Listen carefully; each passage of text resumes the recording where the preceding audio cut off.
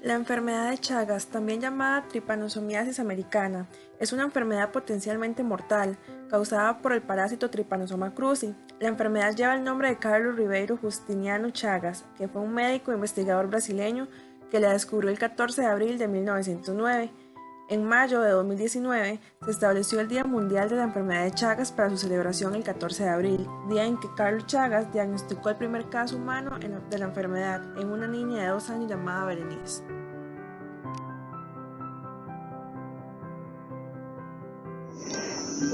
La enfermedad de Chagas se encuentra sobre todo en zonas endémicas de 21 países de América Latina y se calcula que en el mundo hay entre 6 y 7 millones de personas infectadas por Trypanosoma cruzi. Los países con más casos estimados son Argentina, Brasil y México. Inicialmente, la enfermedad de Chagas estaba confinada a las zonas rurales de la región de las Américas, sobre todo América Latina, afectando a una población en la que, al igual que otras enfermedades tropicales desatendidas, se cebaba con los más desfavorecidos. Debido principalmente a la mayor movilidad de la población en los últimos decenios, la mayoría de las personas infectadas ha pasado a vivir en entornos urbanos y la enfermedad se ha ido detectando cada vez más en los Estados Unidos, Canadá, en muchos países europeos y en algunos africanos del Mediterráneo Oriental y del Pacífico Occidental. De manera global, el 13% de la población latinoamericana está en condiciones de riesgo de adquirir la enfermedad de Chagas. A pesar de contar con la presencia de personas infectadas en diferentes regiones del planeta, los esfuerzos por parte de gobiernos y agencias de salud pública son heterogéneos y en muchos casos insuficientes para prevenir nuevos casos en estas áreas.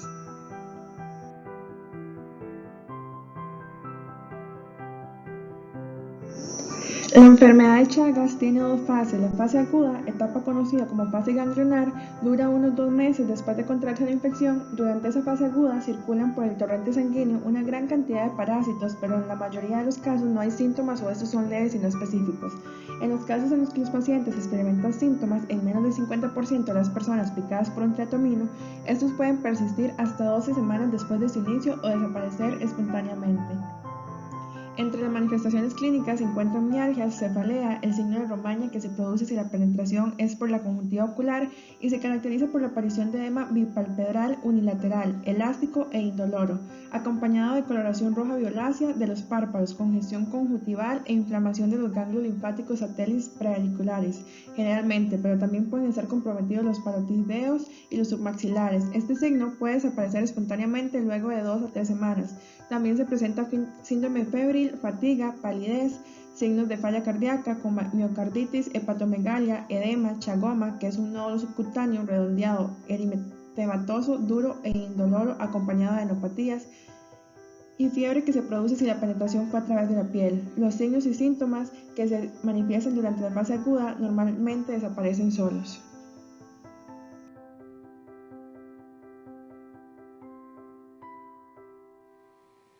En algunos casos, si la infección no se trata, la enfermedad de Chagas avanzará a la fase crónica. Durante esta fase, los síntomas y signos pueden presentarse de 10 a 20 años después de la infección inicial o pueden no manifestarse nunca. Los parásitos permanecen ocultos principalmente en el músculo cardíaco y digestivo. Un 30% de los pacientes normalmente sufren trastornos cardíacos y hasta un 10% presentan alteraciones digestivas, que típicamente son agrandamiento del esófago o del colon. También pueden presentar alteraciones neurológicas o mixtas. Con el paso de los años, la infección puede causar muerte súbita por arritmias cardíacas o insuficiencia cardíaca progresiva, como consecuencia de la destrucción del músculo cardíaco y sus inervaciones. Con respecto a la bionomía del vector, si la toma inmediata va a ser hematófago, tanto en hembra como en macho. Se va a encontrar en ambientes peridomiciliares, también en ambientes rocosos terrestres o madrigueras de roedores. Va a estar asociado a montículos de leña y la vamos a ubicar en zonas de clima caliente. Este va a transmitir la enfermedad de Chagas y presenta una amplia distribución en los países de América Central y algunas zonas de Colombia, Venezuela, Ecuador y Perú principalmente. La transmisión de la enfermedad de Chagas se da principalmente por la picadura del triatomino, el cual, después de haber picado, eyectará heces muy cerca de la herida de la persona. Cuando ésta se rasque o por otro tipo de traumas, el parásito, en su forma de tripomastigotes metacíclicos, penetrará la piel y llegará hasta el torrente sanguíneo. Es de destacar que el triatomino normalmente picará de noche mientras la persona duerme. y la picadura es indolora debido a sustancias anticoagulantes y analgésicas que produce el triatomino.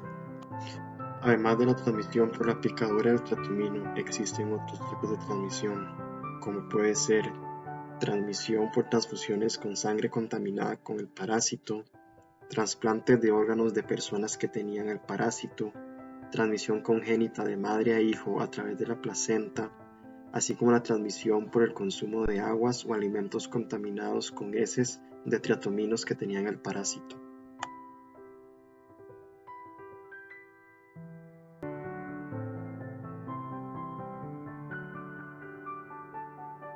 Para la prevención de la enfermedad de Chagas es importante tomar en cuenta ciertas medidas.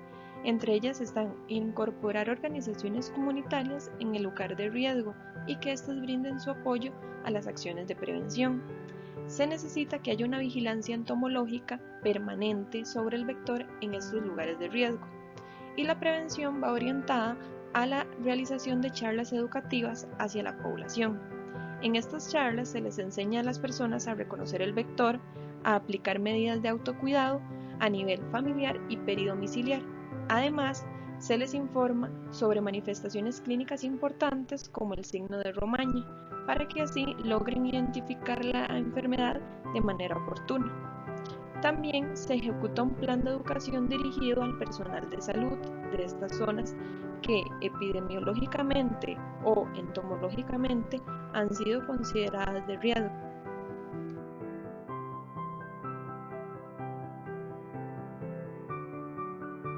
También se enseña a la población sobre sitios de peligro o riesgo, como lo son el acúmulo de madera o ciertas casas que tienen algunas características como el techo de teja.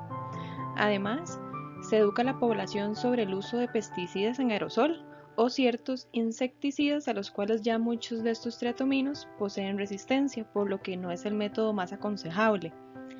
En última instancia, se aconseja el uso de organofosforados o de los piretroides sintéticos, que poseen menos resistencia. Ahora bien, en el caso de Costa Rica, a partir de la década de los 90, en el continente americano, se han venido desarrollando iniciativas para el control de la enfermedad. A raíz de esas iniciativas, el Ministerio de Salud designó al Instituto Costarricense de Investigación y Enseñanza en Nutrición y Salud, INCIENSA, como la institución responsable del proyecto Chagas en Costa Rica.